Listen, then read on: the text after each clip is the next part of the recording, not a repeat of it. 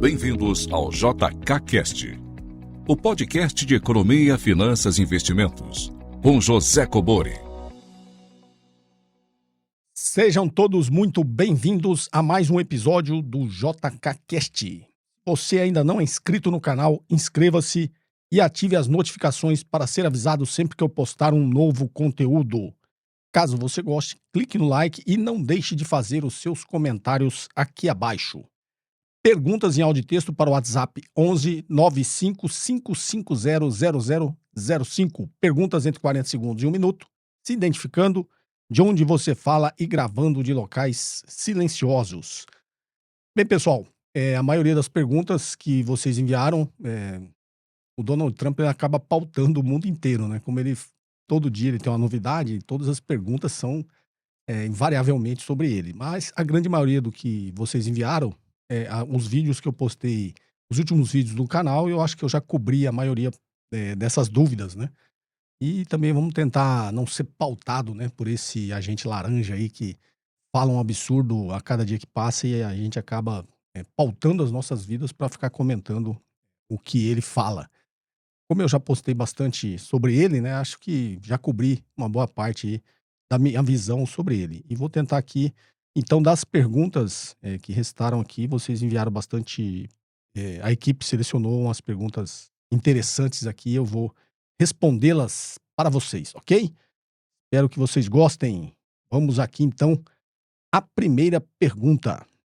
Professor, boa noite. Desejo que esteja melhor. Não sei em que região o senhor está, eu sou de São Paulo. Gostaria de saber a sua opinião sobre as privatizações que estão acontecendo no Estado e Prefeitura em São Paulo, da educação. Sou professora do ensino básico e do ensino superior, como também diretora de escola. Tenho 25 anos de magistério público municipal e no privado também. Construí uma carreira sólida com dedicação e muitos êxitos, que obviamente podem ser confirmados. Agora, esses cidadãos no poder dizem que tudo foi ruim e não funcionou e precisa ser substituído por empresas privadas, que, de acordo com os discursos elaborados, serão melhores. No leilão acontecido na Bolsa de Valores de São Paulo pelo governador Tarcísio de Freitas, até empresas italianas constavam do certame. Será que estrangeiros vão querer bem aos nossos estudantes da periferia? Será que eles farão melhor pela educação de São Paulo do que os professores concursados que acolhem esses alunos há muitos anos? Muito grata. Adalgisa. Bem, Adalgisa de São Paulo. Vamos lá, Adalgisa. Tem vídeos aqui, vou pedir para o editor pôr, os vídeos que eu gravei sobre as privatizações aqui em São Paulo, né? A última, obviamente, eu falei sobre a privatização da Sabesp. E a minha posição lá é bem clara, né? Tanto que agora me parece que está acontecendo, não que eu seja... É porque a lógica do capital ela é muito simples, né? Você privatiza para ter lucro. E para você ter lucro, você precisa fazer menos investimentos e cobrar e aumentar o preço. É o que está acontecendo, tá? Muitas reclamações aí de consumidores da Sabesp aqui em São Paulo. Então, você perguntou de onde eu sou, eu moro aqui em São Paulo, tá, Dalgisa? Então, muitos consumidores aí reclamando que as suas contas, sei lá, era de R$ 60, passou para 500, 600. Tem vários absurdos acontecendo no reajuste dos preços, né, das contas de água aí da população de São Paulo. Mas isso era previsível, né? Infelizmente, uma grande parte da população apoiou, tanto que ele foi eleito com esse discurso que ia privatizar tudo e mesmo assim a maior parte da população votou para elegê-lo governador. E, na realidade, ele fez o que prometeu e agora a população está sentindo na pele. Então, o discurso das privatizações é sempre o mesmo. E você, como na área da educação, teve, para quem não acompanhou, né, o governador foi na Bolsa lá também, fez aquele mise-en-scène todo, batendo martelo, vendendo, né, a educação do estado de São Paulo para empresas privadas, inclusive empresas estrangeiras, né?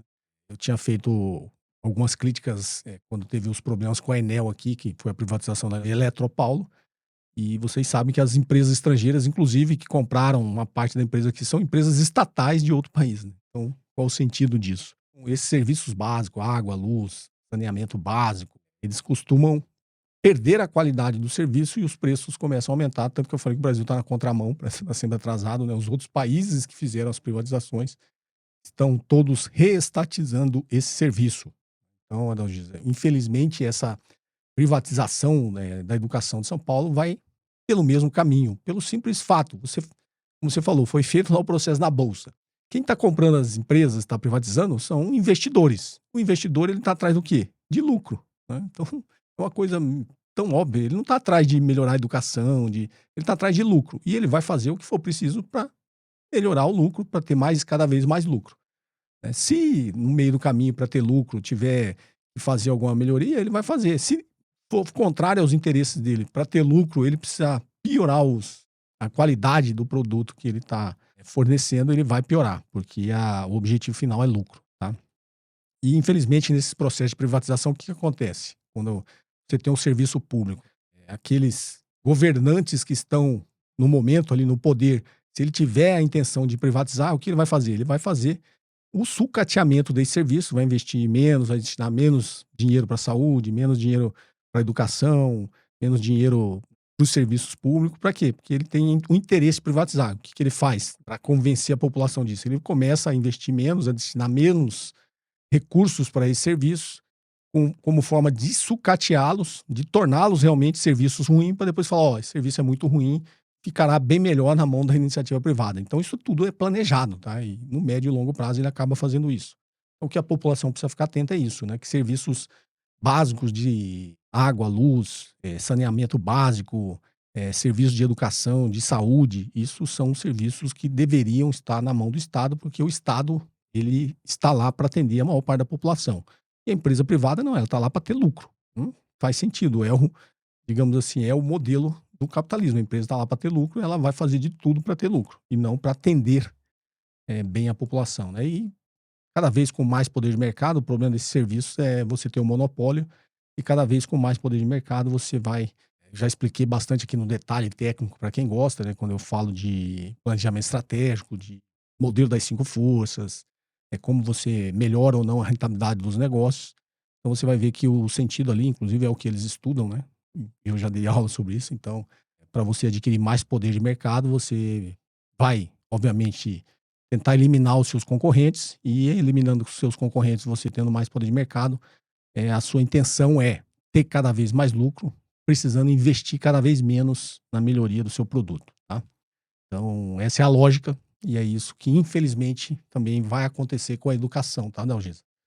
A gente precisa ficar atento a isso como população, né, e como eleitor na hora de escolher os nossos governantes. Infelizmente, ele foi escolhido com esse discurso porque as pessoas votaram nele. Então, ele, teoricamente, está fazendo aquilo que ele prometeu. Ok? Espero ter respondido a sua dúvida, Adalgisa. Obrigado pela participação. Vamos lá a mais uma pergunta. Professor Cobori, um raciocínio hipotético. O senhor é o presidente do Brasil. Tem o Congresso Nacional totalmente favorável, massivo apoio popular, e tem que executar 5 medidas para melhorar o Brasil e a sua economia. Como se fosse em um mundo ideal. Liste as 5 medidas, por favor. Obrigado. Felipe de Leon. Felipe de Leon. O de Leon deve ser o seu nome, não deve ser de onde você é, né? Não está na França, eu acho. Então, você não colocou a localidade que você está. Felipe de Leon. É até difícil de responder, porque isso é um sonho, né? Isso não vai existir. Mas, hipoteticamente, como você falou, imagine que eu sou presidente do Brasil, o Congresso está todo favorável a mim e tem um massivo apoio popular. O que eu faria das 5 medidas? Na verdade, isso é o cenário de um líder revolucionário, né? Então, você está dizendo assim, imagine que você acabou de tomar o poder e você é um líder revolucionário. E esse é o cenário, né? Toda a classe política, todo o Congresso Nacional ao seu favor e toda a população ao seu favor. Então, você não é basicamente um presidente, você é um líder revolucionário, né? Quais seriam as 5 medidas? Então, nesse cenário hipotético, ideal, um sonho, né, de fazer uma revolução sem ter pego em armas, né, e tomado o poder, que é o que você está imaginando, quais seriam as 5 medidas? Na verdade, seriam muito mais 5 medidas, mas se eu fosse resumir aqui, e partindo desse pressuposto que todas as medidas que eu implementasse, elas seriam aprovadas e levadas a cabo, primeiro, hipotético você está dizendo, porque apesar de ter todo esse apoio, eu ainda estou no mesmo sistema político. Então, eu estou imaginando que eu faria essa reforma, né, faria toda essa revolução a partir do zero, desse momento. Então, nesse momento, eu estou, querendo ou não, no sistema político que ainda existe, né? Então, primeiro, antes de fazer todas as 5 medidas, eu, obviamente, me cercaria, né, dos melhores especialistas em cada assunto, os melhores estudiosos em cada assunto, e começaria, obviamente, por uma reforma política ampla e restrita, a reforma política e do próprio sistema eleitoral. Para quê?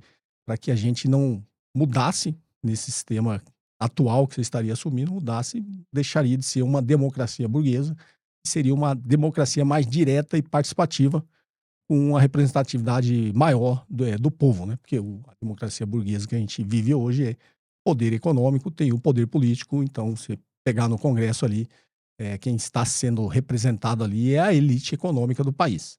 Infelizmente, a grande população não tem influência nenhuma sobre o Congresso Nacional, tirando, obviamente, raras exceções de políticos realmente que estão lá com a missão que a política nos é dada, né? Mas a grande maioria ali está defendendo interesses pessoais, interesses das elites dominantes, né? Então, primeira coisa seria uma reforma política ampla e restrita, passando aí por uma reforma no sistema eleitoral para ter uma maior representatividade e ser mais participativa, né, por parte da população. A Constituição de 88 prevê isso, mas tem uma série de amarras, né, dessa participação mais popular direta, como plebiscito, referendo, ações de iniciativa popular. Eu tiraria nessa reforma, essas amarras, para que a população tivesse uma participação melhor e fosse melhor representada. Ou seja, eu acabaria com a democracia burguesa e criaria uma democracia mais direta da participação popular, tá ok?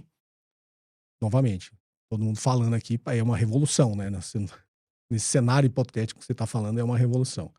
Então, primeira ação, uma medida política, né? Obviamente, nesse conselho de que eu me cercaria das melhores pessoas em cada área, digamos aí, da ciência política, e obviamente eu perderia o meu poder, né? Eu imagino que num sistema de uma reforma política não teria direitos que esses políticos têm hoje, que o presidente tem hoje, que o Congresso tem hoje, seria todo mudado.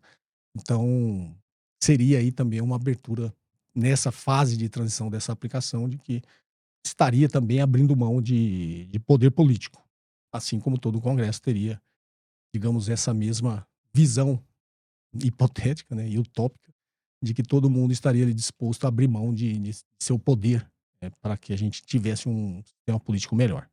Então, uma medida seria a reforma política.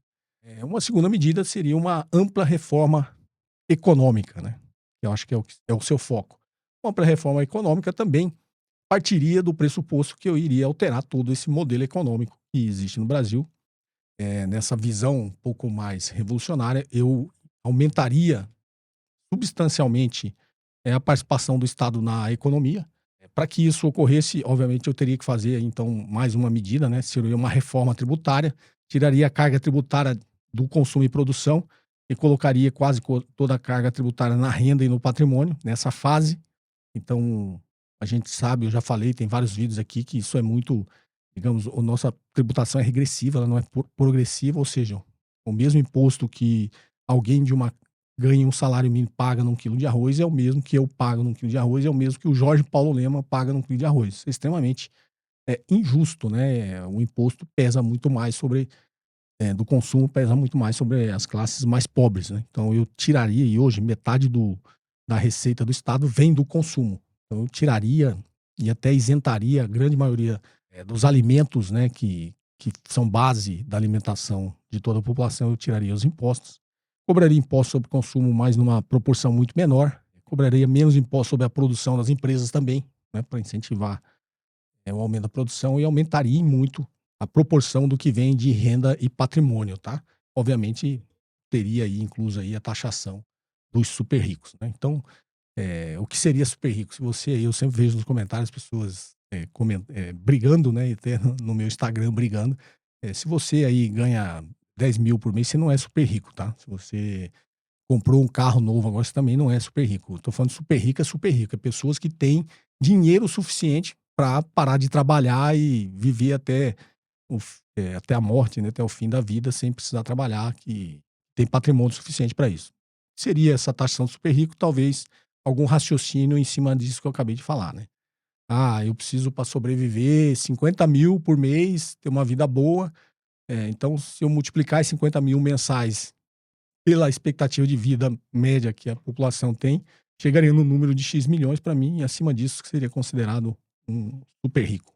uma pessoa que tem dinheiro mais do que suficiente para não precisar trabalhar mais e tem dinheiro para viver até o final dos tempos, é considerado um super rico, né? Seria mais ou menos isso aí. Então, com essa reforma tributária, o Estado teria muito mais recursos, né?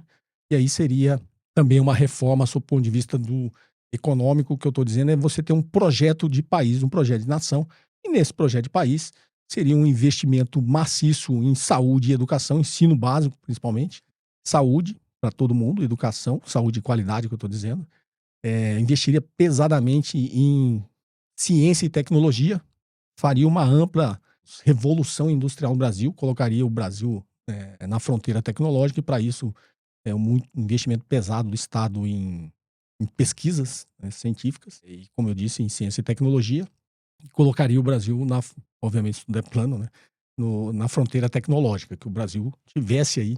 E a gente tem exemplos, infelizmente poucos, mas que ocorrem, né? Por que o Brasil abriu, quando ele abriu o mercado lá na era do Collor, trouxe um monte de empresas estrangeiras e não, digamos assim, não protegeu o seu mercado para desenvolver a sua indústria, né? A gente poderia ter uma grande montadora de automóveis brasileira, assim como tem o Japão fez, né? Teve isso no plano dele, a própria Coreia do Sul, né? Cresceu tendo essa política industrial, a China nem se fale, e que o Brasil fez o inverso, né? Ela abriu mão, deixou as empresas estrangeiras virem matar a indústria automobilística nacional, não fez nenhuma exigência de contrapartida, de transferência de tecnologia, não fez nada, e simplesmente a gente não tem uma montadora de automóveis brasileira. Poderia ter, né? Aí você fala, mas não, e a Embraer?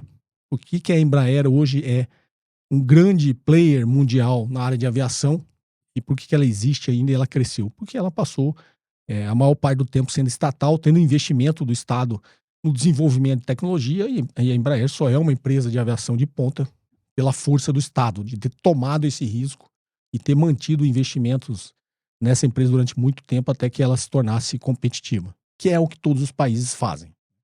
Então, temos exemplos de que a gente pode realmente estar na fronteira tecnológica se a gente tiver um planejamento, um plano de país, um plano de nação para fazer isso.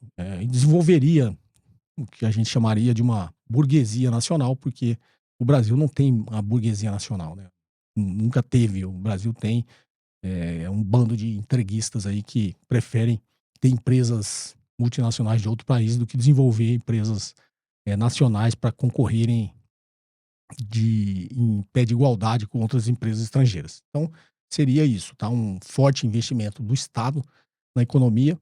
Para que isso pudesse ser possível, eu teria um sistema financeiro público mais forte do que o sistema privado. Poderia até existir paralelamente o sistema privado, mas o sistema financeiro seria pesadamente público, controlado por bancos estatais, né? Que direcionaria o investimento de longo prazo na economia, ok? A juros que privilegiaria esses investimentos de longo prazo e o Estado tomando esse risco. Teria grandes empresas estatais que, obviamente, convivendo com o sistema privado, a gente vê hoje, surge uma startup que criou uma tecnologia revolucionária, isso tem em todos os países, tá? E vai crescer e dominar essa tecnologia e vai ficar na fronteira tecnológica. Por que essas empresas são compradas pelos grandes players privados no mercado? Teria uma empresa estatal, né, um sistema de empresas estatais também que fariam, digamos, essas aquisições, né, nesse mercado que eu conheço bem, que é do M&A, porque a gente sabe que as startups que criam novas tecnologias e inovações, elas são compradas por essas big techs porque essas empresas pequenas não têm capacidade de investimento e elas, na realidade, até nascem para isso, né? Nascem, criam alguma coisa revolucionária e vão atrás de financiamento. E elas teriam financiamento aí público de empresas estatais comprando e incubando essas empresas para crescer e levar o país para a fronteira tecnológica.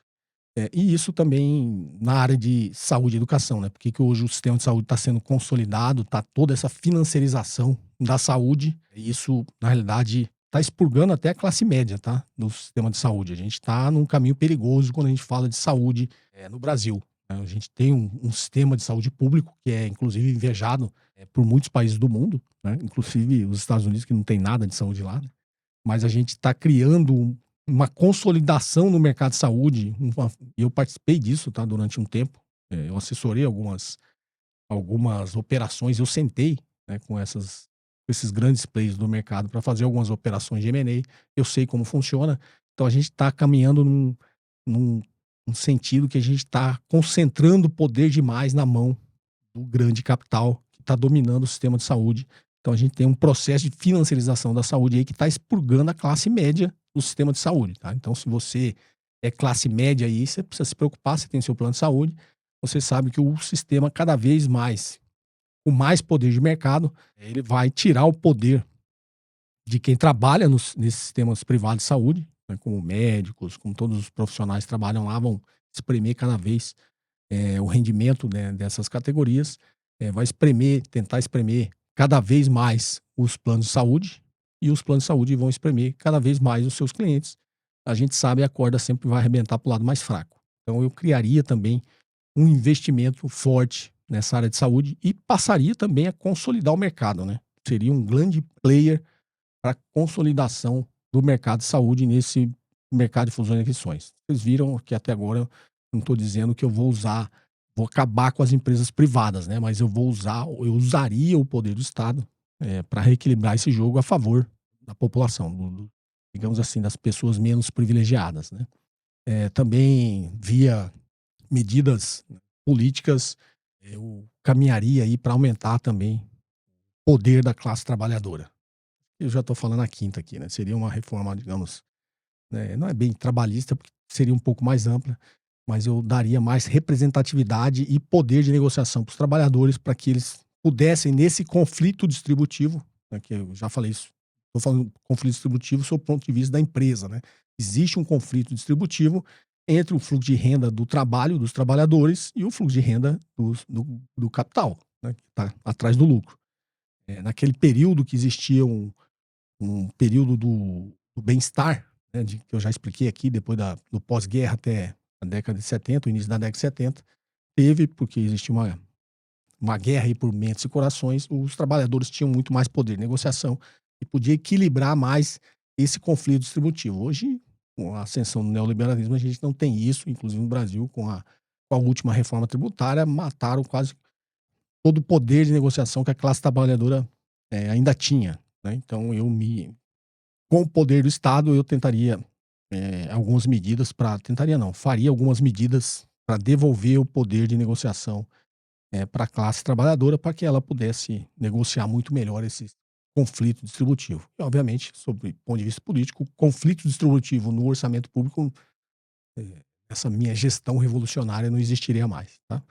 Então, tem muito mais coisa que a gente poderia fazer, mas você falou 5, acho que essas 5 grandes medidas aí já colocaria o Brasil num rumo melhor, de crescimento econômico, melhor distribuição de renda, digamos assim, diminuição das desigualdades, uma distribuição melhor do crescimento econômico para toda a população e não só para 1%, como é feito hoje em dia. Tá ok? Quando eu falei aí de sistema público estatal, vocês viram agora a notícia dessa semana, o lucro recorde do Itaú de 40 bilhões. Então, são 40 bilhões, se fosse um banco estatal, fosse o Banco do Brasil, teria 40 bilhões aí na mão do Estado, no controle do Estado, para que fosse reinvestido isso na economia. E, obviamente, você com um sistema público financeiro, né, você também não seria mais refém do mercado financeiro privado para ditar aí os rumos da política monetária e da política fiscal. Então, seria basicamente isso, né? Eu seria um líder revolucionário, tá ok? Felipe de Leon, você falou para eu sonhar, né? Imagine um sonho, um mundo ideal. Eu estou sonhando aqui, mas seria exatamente nesse sentido que eu faria.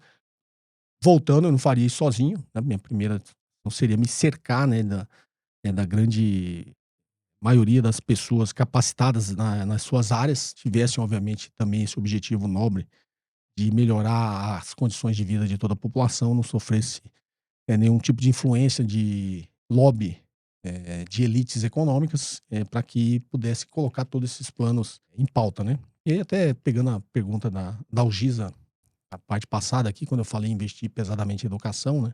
Seria aí um investimento em educação básica, educação fundamental, obviamente manteria a educação superior, mas eu melhoraria, obviamente, muito as condições de trabalho dos profissionais de saúde e educação. De educação, obviamente, estou falando de professores, né, e todo o aparato administrativo que precise para tocar um sistema público de educação, privilegiando na ponta os professores, obviamente, com melhores remunerações.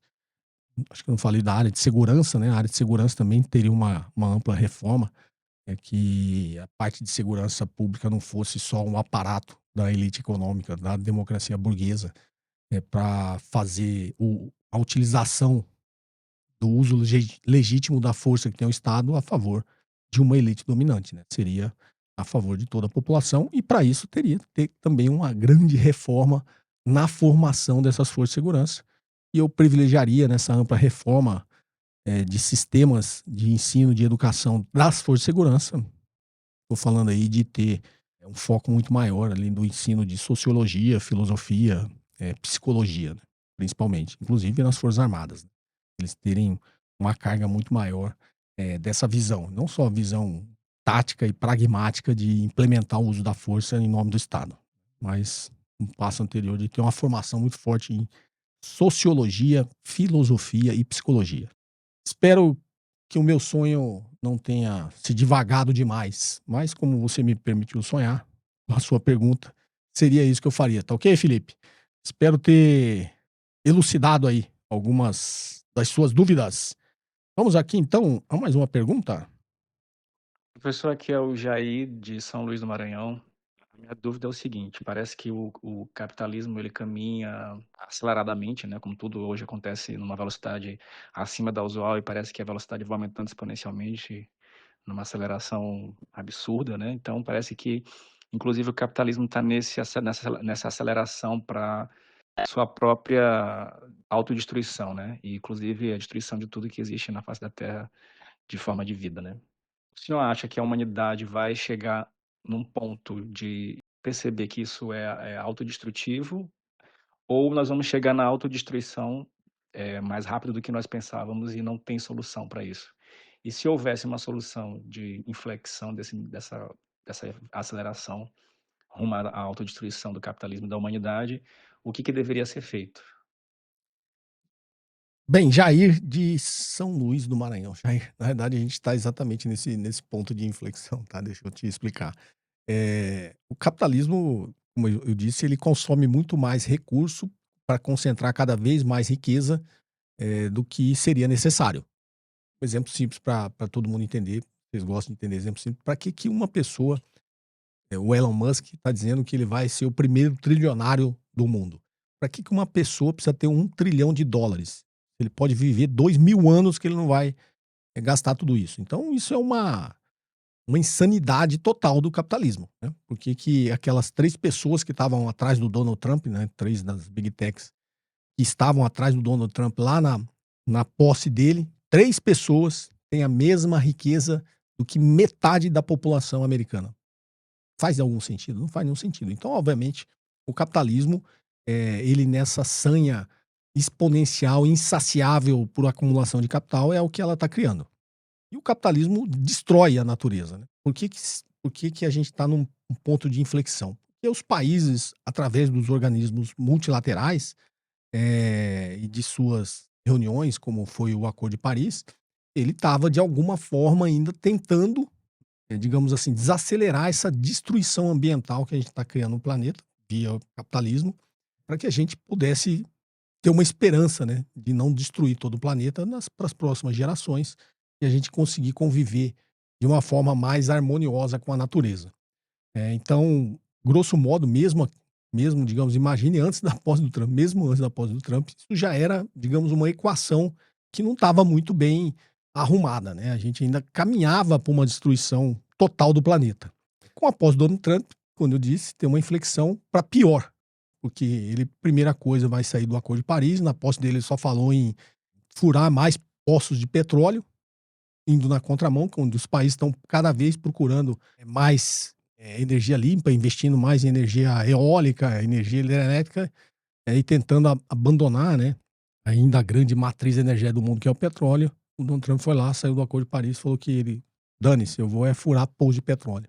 E por que essa extrema-direita ela tem essa negação, né? Eles negam as crises climáticas, né? negam tudo que diz que a gente tem um problema ambiental no planeta. É porque o capital, isso vai contra os interesses do capital, do grande capital. O grande capital precisa destruir o planeta para continuar acumulando riqueza, né? Então, obviamente, eles são contra isso, eles negam, eles dizem que não tem, mas a gente está em qualquer parte do mundo que você tiver, você está vendo os sinais claros, né? Então, eu estou em São Paulo, imagino que você em São Luís do Maranhão deve ter alguns sinais claros disso, de que a gente tem eventos climáticos extremos agora acontecendo, né?